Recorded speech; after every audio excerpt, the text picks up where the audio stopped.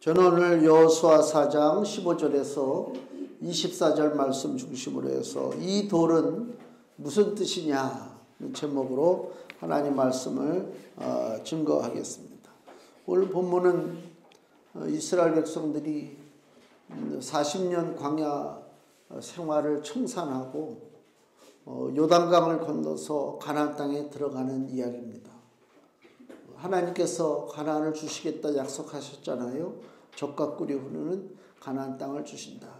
근데 그 약속이라는 것은 우리가 가만히 있다고 해서 이루어지는 게 아니고 그 약속하는 현장에 우리가 나가야 되잖아요. 우리가 어떤 제3자 누구를 만날 때 약속하잖아요. 어디서 만나기로. 근데 내가 집에 가만히 있으면서 나 약속했으니까 오늘 그 사람 만나는 거다. 그렇게 생각하는 사람은 없죠.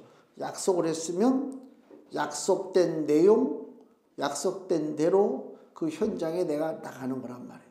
하나님이 이스라엘을 축복하시겠다 약속하셨어요. 가나안을 주시겠다 약속하셨어요. 그냥 그 가나안이 그냥 오는 것이 아니라 그 축복된, 그 약속된 가나안은 언제 이스라엘에게 주어지느냐? 이스라엘이 믿음으로 반응할 때 주어지는 것이다.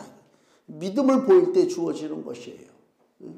그러니까 아이들이 여러 명이 막 몰려들어가지고 그 제3세계 어린아이들 뭐 고통당하고 아프리카 아이들이 고통당하잖아요. 그 막 이제 구호단체에서 가서 구호품을 나눠주는데 누구한테 누구 손에 제일 먼저 들려지느냐 막 쫓아와가지고 손 내미는 애한테 먼저 구호품이 가게 돼 있어요. 그게 당연한 거란 말이에요. 하나님의 은혜도 마찬가지죠. 하나님 분명히 우리에게 성경 66권을 통해서 하나님의 귀한 축복과 은혜의 말씀을 우리에게 주셨어요. 약속을 주셨단 말이에요. 근데 똑같이 신앙생활 하는데도 어떤 분은 하나님의 은혜를 체험하고 하나님의 권능을 알고 하나님께서 형통케 해주심을 체험하고 살아가는 사람이 있는가 반면에 어떤 성도는 나는 평생을 믿었어도 하나님 은혜가 뭔지 모르겠네. 평생을 내가 예수님을 믿었어도 느낌이 전혀 없네. 그런 사람들이 의외로 많아요. 그럼 그걸 누굴 탓을 해야 되느냐? 하나님을 탓하는 게 아니에요. 내가 과연 그 축복에 약속된 현장에 와 있느냐? 하나님의 축복, 하나님의 그 은총을 받을 그 믿음을 갖고 내가 반응하느냐? 이게 중요한 거란 말이에요. 이스라엘 백성들이 하나님께서 가나안을 주신다고 했을 때 가나안은 그냥 주어지는 것이 아니라 광야 40년 동안 믿음의 연단을 받았어요. 광야 40년 동안 이스라엘 백성들이 받은 훈련이 뭐예요? 순종의 훈련이에요. 하나님 말씀 그냥 믿는 거예요. 왜 하나님 말씀 믿는 게 어려워요? 이거는 믿음의 영역이기 때문에 그래요.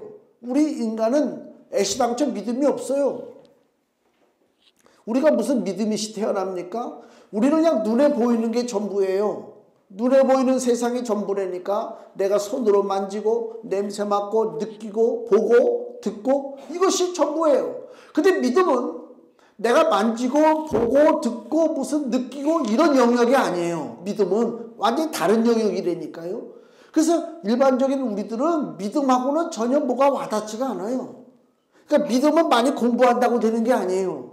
믿음은 많이 돛 닦는다고 되는 게 아니에요. 그 믿음의 그 경지가 틀리단 말이에요. 근데 하나님께서 뭐라 내가 은혜 줄 자에게 은혜를 준다 그랬어요. 믿음을 줄 자에게 믿음을 주는 거예요. 그 얘기는 무슨 얘기냐면 오늘 우리가 주 앞에 나와서 예배한다고 하는 얘기는 기본적으로 1차적으로 하나님의 은혜를 우리가 받았다 그래요. 하나님께서 주시는 믿음을 받았다는 것입니다. 이제 믿음의 불이 우리 안에 들어와 있어요. 이제 어떻게 해야 돼요? 이 믿음의 불을 살려야지. 믿음의 불을 죽여버리면 안 되잖아요. 똑같은 불씨를 줬는데 어떤 사람은 불이 확 살아나고 똑같은 불씨를 줬는데 어떤 사람은 연기만 계속 나고 똑같은 거예요. 그 불씨가 잘못됐느냐? 불씨가 잘못된 게 아니잖아요. 우리에게 믿음의 불씨가 이미 주어졌어요. 하나님께서 믿음의 씨앗을 내 심령 속에 심어줬다고요. 어떤 사람은 믿음의 씨앗조차가 없어요. 믿음이 뭔지도 몰라요. 그냥 눈에 보이는 게 전부인 줄 안 되니까. 그러니까 우리가 세상 사람과 구별되는 것이 뭐냐? 우리는 믿음의 영역을 알고 사는 사람들이에요. 눈에 보이는 것이 전부가 아니에요. 세상이 얼마나 무섭습니까? 치열하게 경쟁하고 한국 사회가 특히 좀 빠르고 싸납고 경쟁이 심하고 한국 사회가 특히 그래요. 저 평안함이 없어요. 제가 사람들이 요새 일본에 여행을 많이 가요. 왜 이렇게 일본에 여행을 많이 갈까? 가까워서 그런가? 여행 가는데 뭐 일본 가나 뭐 저 동남아시아 가나 뭐 그래봐야 뭐 한두 시간 차이인데 왜 일본들을 한국 사람들이 많이 갈까? 그게 가만히 보니까 우리하고 다른 분위기가 있어요. 응? 이거는 이제 신앙을 얘기하는 게 아니에요. 그냥 일반적인 그 마을 분위기를 얘기하는 거예요.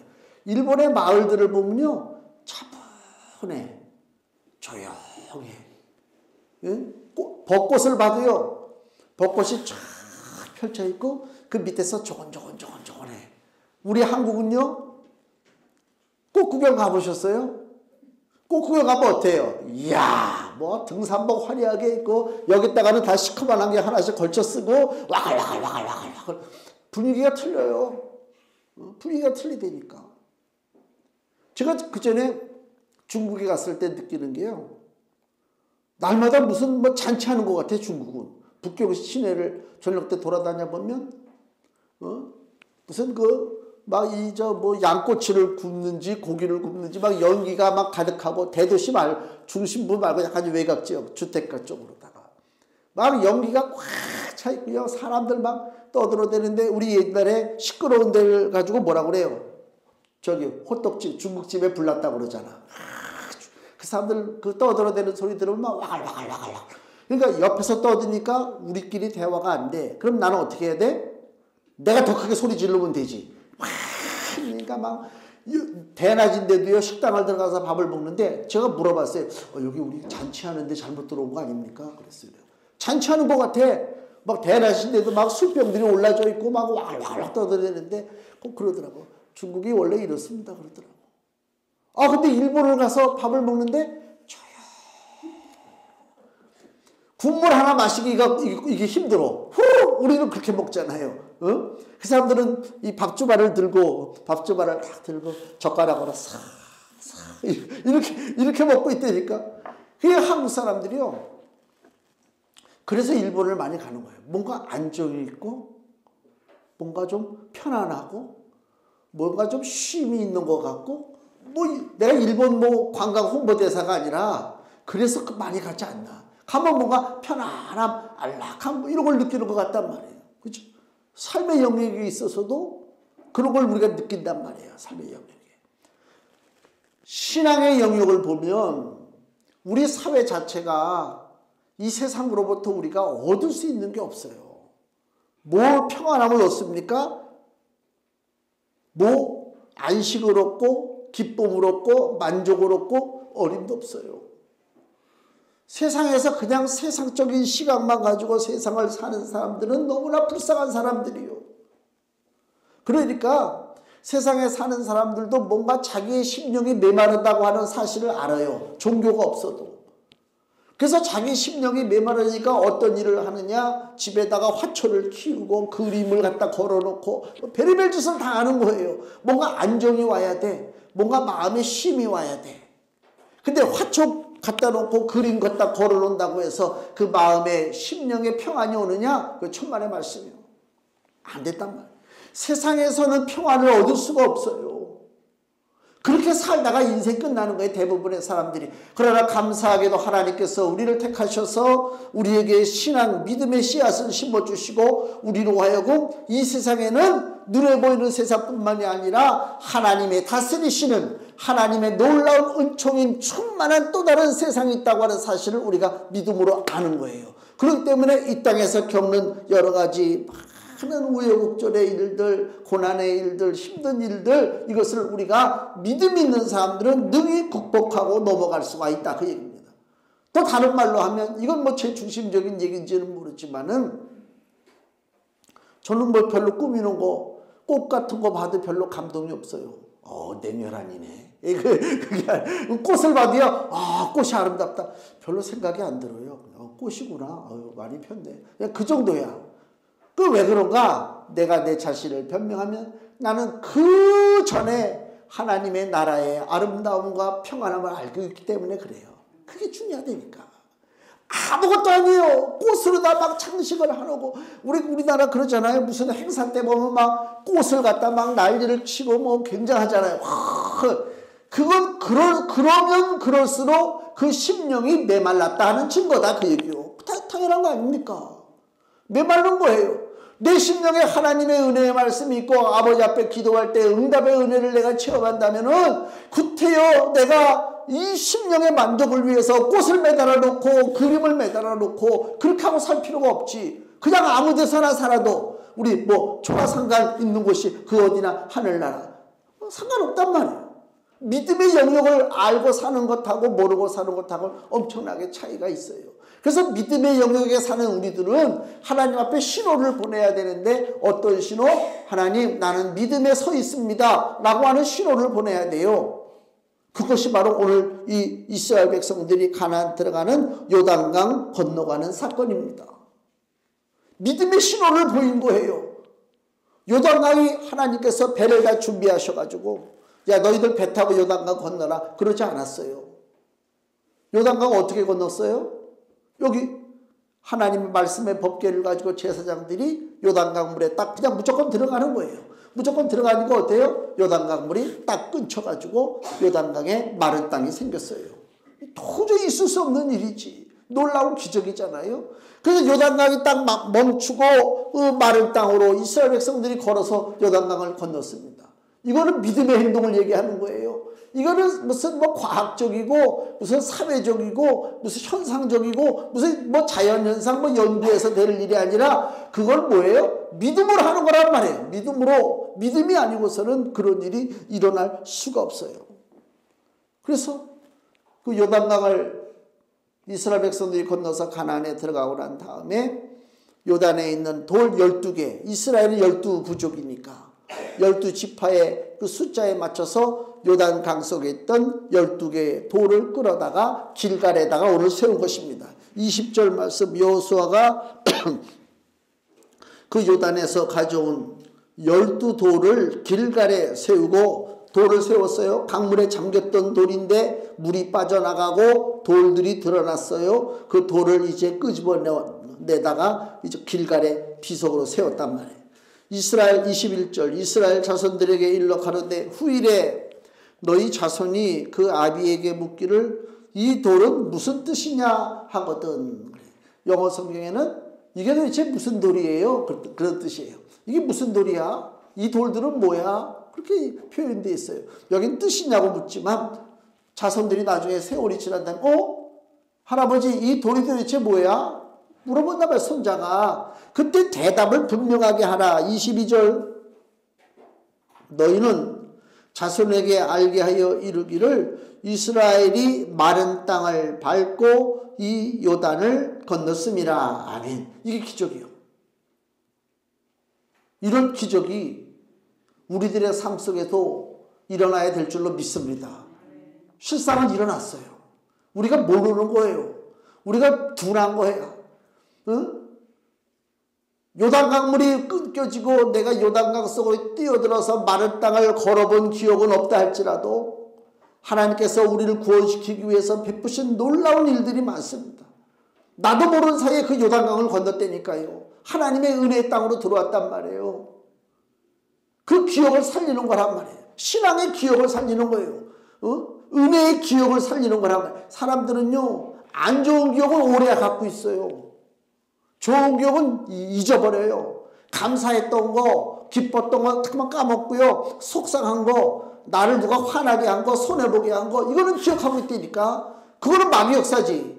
오히려 안 좋은 것을 잊어버리고 딱 잘라버리고 좋았던 거, 하나님이 나에게 베푸셨던 것이 무엇인가를 한번 기억하는 거예요. 내가 신앙생활할 때 하나님이 나를 어떻게 위로해 주셨느냐? 우리 삶 속에 그 수많은 위기와 고비를 하나님이 어떻게 나를 건져주셨는가? 하나님이 건져주시 않았더라면 오늘날 우리가 여기에서 예배 드릴 수 있겠느냐? 이것입니다. 수많은 사건이 벌어져요. 지금도 생각해보면 아찔아찔할 때가 많아요. 아, 그때 그 현장 속에서 다행히 내가 사고 없이 지나쳤구나. 하나님 은혜예요. 내가 스스로 좌절하지 아니하고 여기 와가지고 하나님 앞에 예배하는구나. 뉴스를 보니까 마포대교가 제일 위험하대요. 우리나라가 OECD 회원국 중에 자살률이 1등이래요. 제일 많이 죽는데요. 한쪽은 병원에서 그 병이 걸려가지고 그 병을 치료하고 살려고 그 투병하고 수술받고 고통하는 사람들이 있어요. 삶의 의지를 불태우고. 한편 마포대교에서는 그 젊은 사람들이, 나이 먹은 사람들이 아니고 다 젊은 사람들이 그 삶을 마감하려고 다리 위를 오고 가고 있다고 그래요. 얼마나 이게 끔찍한 일이냐고, 이게. 그 압박받는 거 아닙니까? 자기 삶에, 내가 도대체 내 삶은 무엇인가? 나는 실패한 삶이구나. 앞으로 살아봐야 별 볼 일 없구나. 거기에 묶여서 죽는 거예요. 뭐 순서가 틀리고 모양이 틀리지만 이 땅에 사는 많은 사람들이 다 그렇게 죽어가는 거예요. 내가 도대체 어떤 존재인지도 모르고 산다니까. 그냥 살아가고 있단 말이에요. 그러나 하나님이 우리를 불러주실 때는 그런 존재가 아닙니다. 대단한 존재로 우리를 불러주신 거예요. 그러니까 신앙이 들어가지 못하면, 내 안에 믿음이 자라나지 못하면 하나님 주시는 은혜의 즐거움을 깨닫지 못해요. 깨닫지 못한다니까. 그래서 자기 삶을 포기하고 조그만 일에 낙심하고 주저앉고 그렇게 안타깝게 삶을 마감하는 인생들이 너무나 많이 있다. 우리에게 믿음을 줬습니다, 하나님이. 그 믿음을 가지고 나가는 거예요. 그러니까 기억하셔야 돼요. 하나님 나에게 주신 은혜가 뭔가를, 나에게 주신 은혜가 뭔가를 기억을 해야 된단 말이에요. 자, 여기 23절 보세요. 요단강이 갈라진 그 기적을 설명하는데 23절, 너희 하나님 여호와께서 요단물을 너희 앞에 마르게 하사 너희로 건너게 하신 것이 너희 하나님 여호와께서 우리 앞에 홍해를 말리시고 우리로 건너게 하심과 같았다. 이게 무슨 얘기냐? 요단강이 갈라진 기적은 과거에 홍해가 갈라진 기적과 같다, 그 얘기입니다. 40년 전에 일어난 사건입니다. 이 요단강 갈라지기 전에 40년 전에 먼저 뭐가 갈라졌어요? 홍해가 갈라졌어요. 홍해가. 이스라엘 백성들이 애굽에서 나올 때에, 여기 그 출애굽기 14장을 한번 보세요. 그 당시에 긴박한 상황이 기록이 되어 있는데, 출애굽기 14장 10절, 구약성경 103페이지. 40년 전 홍해가 갈라졌을 때 상황이 어떠냐? 출애굽기 14장 10절, 애굽의 왕 바로가 가까워 올 때에 이스라엘 자손이 눈을 들어본즉 애굽 사람들이 자기 뒤에 미친지라. 이제 애굽을 탈출했는데 애굽의 군대가 쫓아오는 거예요. 이스라엘 자손이 심히 두려워하여 여호와께 부르짖고 그들이 또 모세에게 이르되 애굽에 매장지가 없어서, 즉 무덤이 없어서 당신이 우리를 이끌어내어 이 광야에서 죽게 하느뇨? 어찌하여 당신이 우리를 애굽에서 이끌어내어 이같이 우리에게 하느뇨? 우리가 애굽에서 당신에게 고한 말이 이것이 아니뇨? 이르기를 우리를 버려두라, 우리가 애굽 사람을 섬길 것이라 하지 아니하더뇨? 애굽 사람을 섬기는 것이 광야에서 죽는 것보다 낫겠노라. 이 상황이 어때요?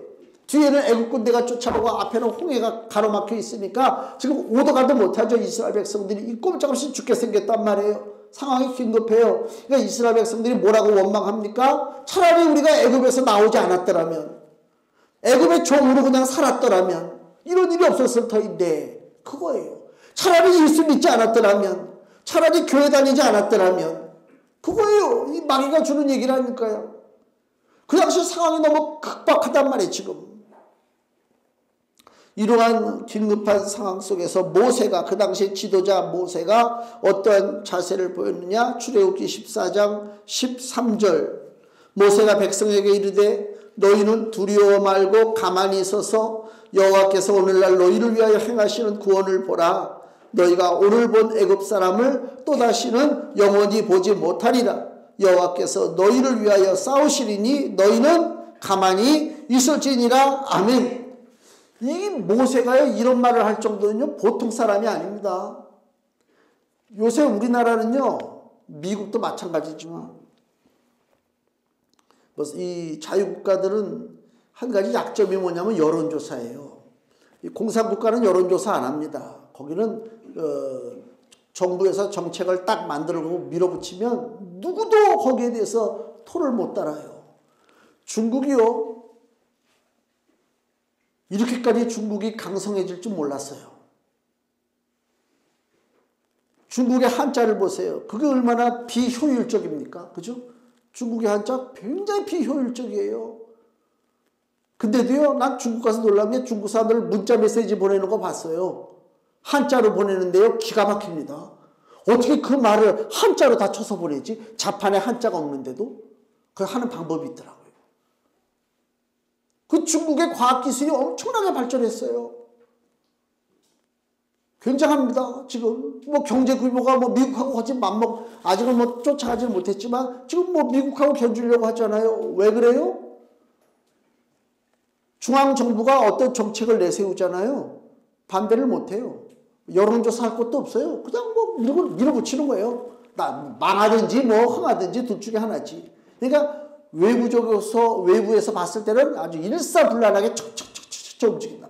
근데 우리 자유국가는 어떤 게 있어요? 무슨 정책을 한다든가 뭐 하면은요, 여론조사를 해요. 그러면 항상 여론조사라는 게 원래 갈라져 있어요. 아무리 옳은 일을 해도 반대하는 쪽에서 봤을 때는 난 그래도 난 마음에 안 들어. 반대. 항상 그렇게 돼 있단 말이에요. 그러니까 동력이 사라져요. 일할 능력이 없어진단 말이에요. 이게 프랑스 보세요.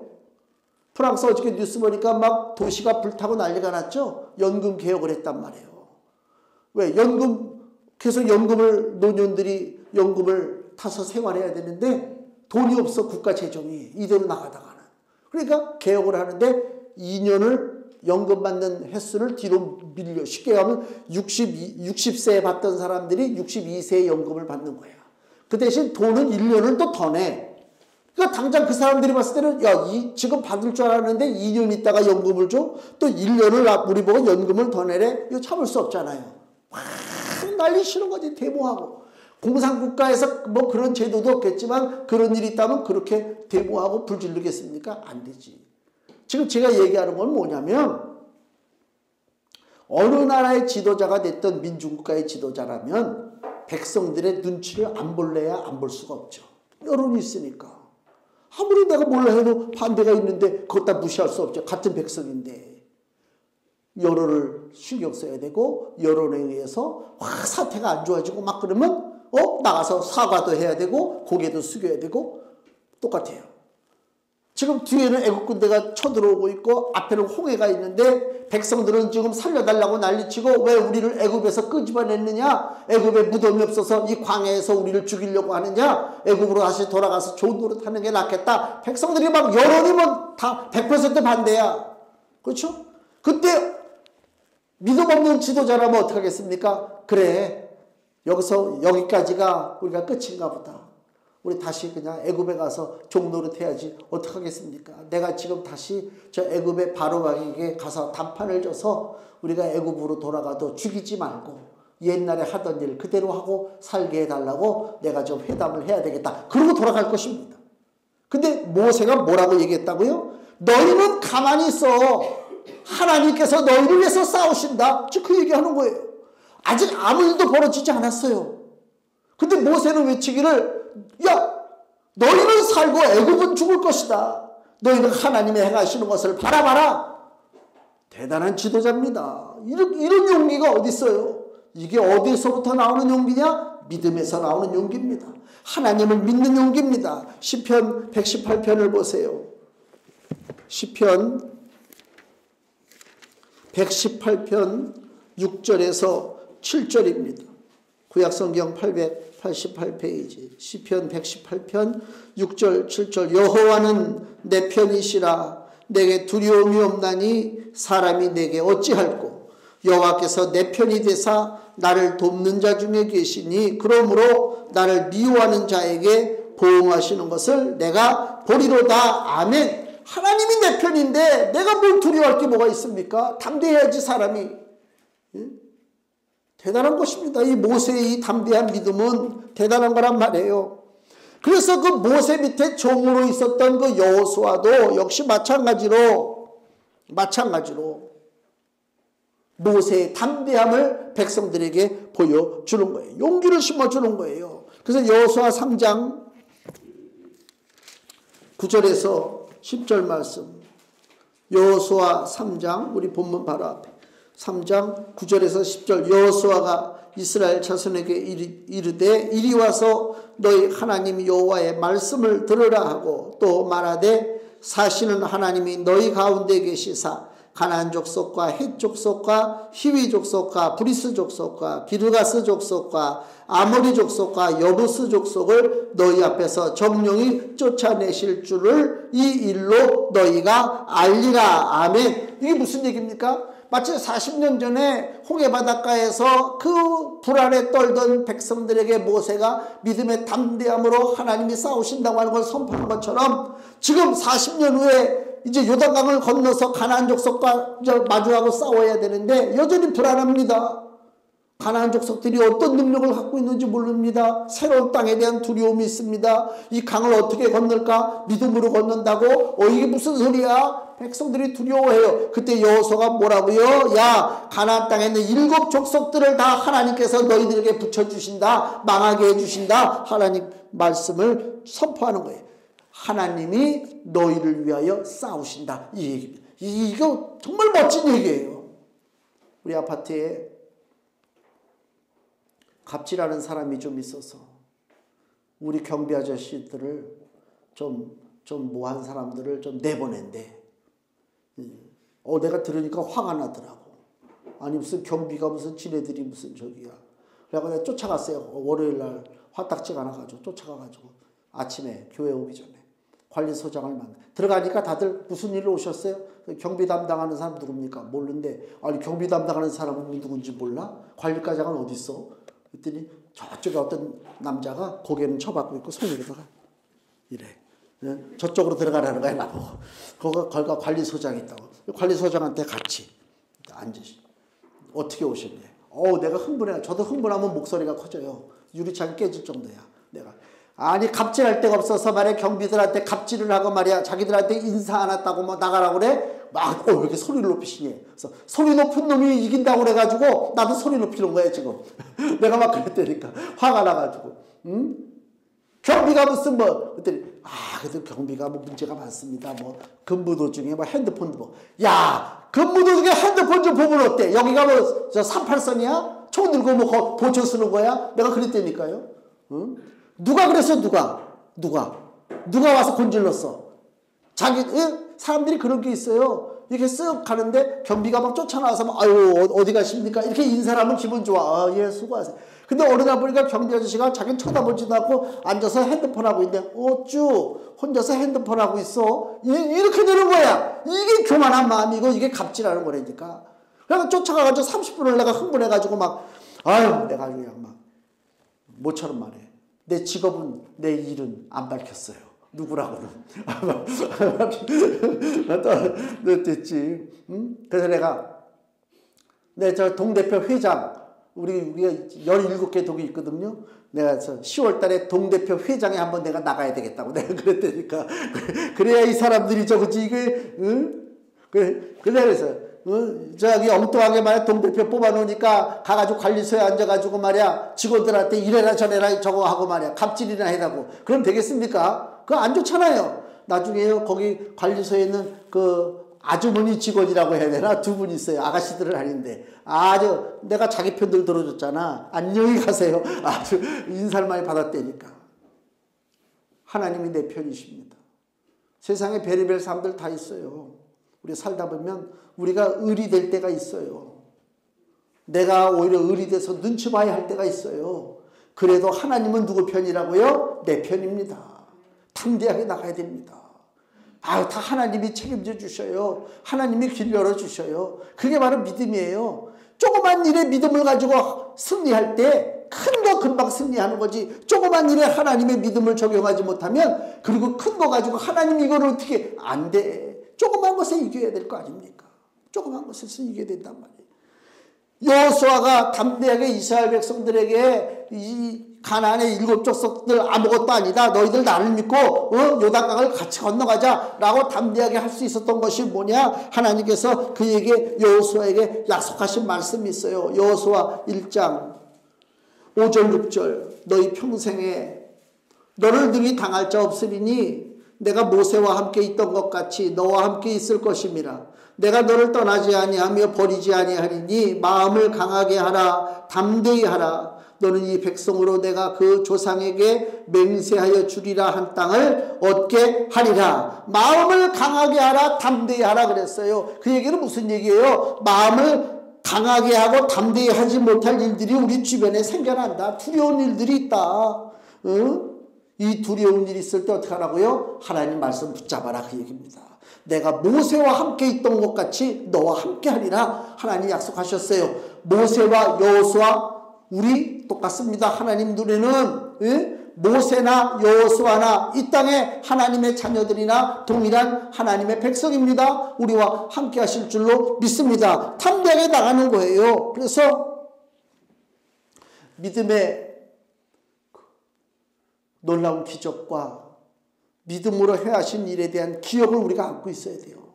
그 말씀대로 강물이 딱 끊치고 이스라엘 백성들이 건너가고 거기에 있던 돌들을 끌어다가 기념돌을 12돌을 세웠어요. 나중에 세월이 10년, 20년, 30년 지나면 사람들은 잠깐 까먹어요. 신앙의 좋은 기억을 까먹는다니까. 은혜 받은 기억을 까먹어요. 그때 자식들이 물어볼 거 아닙니까? 이 돌이 뭐예요? 이게 무슨 기념비지? 저 탑이 뭐지? 그럴 때 뭐라고요? 하나님의 능력에, 여기 오늘 본문에 24절 말씀 보세요. 24절. 이는 땅의 모든 백성으로 여호와의 손이 능하심을 알게 하며 너희로 너희 하나님 여호와를 영원토록 경외하게 하려 하심이라 하라. 아멘. 하나님의 손이 능력 있다. 이 증거예요. 왜? 하나님의 기적으로 요단을 마른 땅같이 건너간 거 아닙니까? 이 놀라운 축복이자 이 축복이다 그 얘기입니다. 하나님의 손에 능하심을 아는 게 중요합니다. 그 하나님의 손은 지금도 역사하십니다. 하나님은 지금도 역사하신다니까요. 하나님의 손길을 체험해야 되는 것입니다. 왜 똑같은 신앙생활을 하는데 왜 하나님은 우리를 도우려고 계시는데 하나님은 우리에게 은혜 주시고자 은총 주시고자 하시는데 우리가 왜 닫아놓고 삽니까? 그릇에 뚜껑을 열어야 될 거 아닙니까?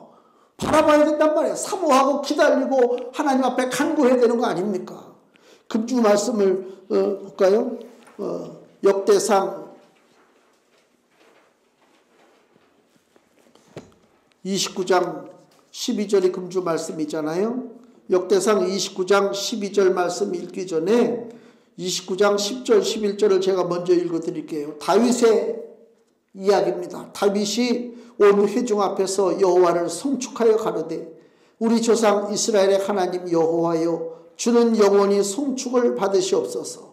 여호와여 광대하심과 권능과 영광과 이김과 위엄이 다 주께 속하여 싸우니 천지에 있는 것이 다 주의 것이로소이다. 여호와여 주권도 주께 속하여 싸우니 주는 높으사 만유의 머리심이니이다. 아멘. 그리고 12절 금주 말씀 우리가 같이 읽겠습니다. 부와 귀가 주께로 말미암고 또 주는 만유의 주제가 되사 손에 권세와 능력이 있사오니 모든 자를 크게 하심과 강하게 하심이 주의 손에 있나이다. 아멘. 모든 자를 크게 하심과 강하게 하심이 어디에 있다고요? 주님의 손에 있다니까요. 우리를 강하게 하신다고요. 우리를 크게 하신다고요. 어떻게 해요? 공부 열심히 해서 열심히 뛰어다녀서 천만의 말씀이요. 나는 공부하라고 주장하는 사람이 아니요. 사람들은 또 뭐라고 그러겠지. 공부한다고 되는 게 아니라니까 인생이. 공부한다고 되는 것도 아니고 애쓴다고 되는 것도 아니요. 하나님의 강하신 손을 바라보고 믿음으로 살면 하나님께서 그에 합당한 길들을 우리에게 열어주실 줄로 믿습니다. 세상 이치는 간단해요. 우리가 복잡하게 만드는 거예요. 사람은 태어났다 죽는 거예요. 태어났다 죽는 거예요. 믿음으로 사는 사람은 태어났다 죽는 것이 아니라 태어났다가 또 태어나는 것이요. 그걸 우리가 거듭났다. 거듭나지 아니하면 하나님 나라 갈 수 없느니라 그랬단 말이에요. 그러니까 내 수단, 내 방법 다 좋아요. 그렇다고 우리가 뭐 집에서 이불 뒤집어 쓰고 나는 아무것도 안 합니다. 그런 뜻은 아니잖아요. 중요한 것은 뭐라고요? 모든 일의 우선순위가 뭐냐? 하나님의 손에 강하심을 내가 바라보고 믿음으로 산다. 그러면 하나님께서 우리에게 요단의 기적과 같은 놀라운 기적과 능력의 역사를 허락해 주실 줄로 믿습니다. 기도하겠습니다.